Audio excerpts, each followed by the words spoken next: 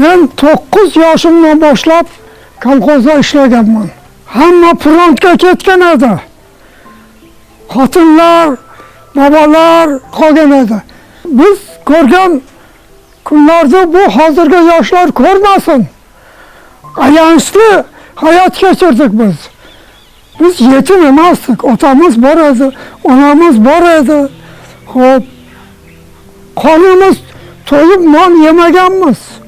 Ko'katlarni yeb shishib o'lganlarni ko'zim ko'rgan.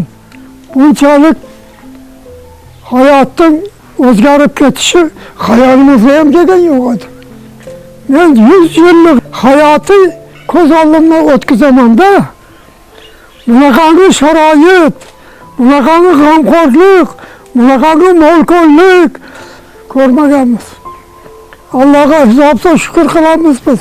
Chunki shunchalik ishlarni tashkillashtirib bizga g'amxo'rlik qilayotgan davlatimizning rahbarlariga beadad shukrlar qilamiz va ularga tahsinlar o'qiymiz. Rahmat deymiz, qo'limizni ko'ksimizga qo'yib. Qarang, oramizda yashayotgan noshukrlar bor, yo'q emas.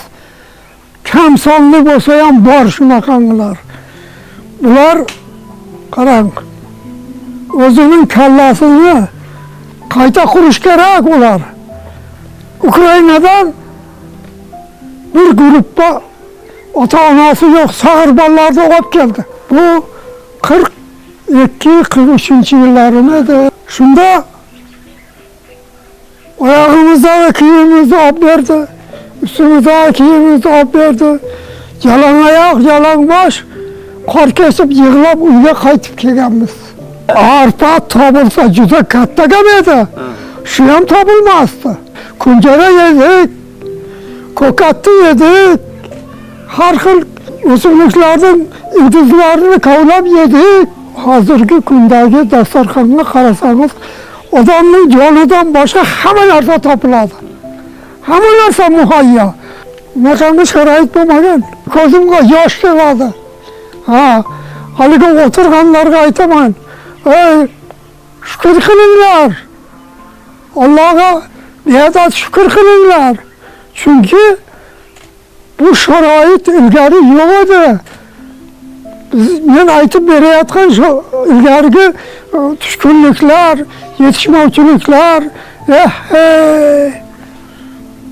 ko'zimiz bilan ko'rganmiz. Ochdan o'lganlarni ko'zimiz bilan ko'rdik. Nima to'g'ri kelsa shuni yedi, shib o'ldi. Mana hozirgi imkoniyat, hozirgi yaratilgan sharoit, buni qadrga yetish kerak. Buni asrab avaylash kerak. Televizorda ko'ryapmiz. Otishmalar, o'limlar, qancha yo'qotishlar bo'lib yotibdi. Ko'zimizga ko'ryapmiz. Bu hayot o'zicha bo'lmagan. Bu hayotga juda katta qurbonlar berib qurilgan bu hayot.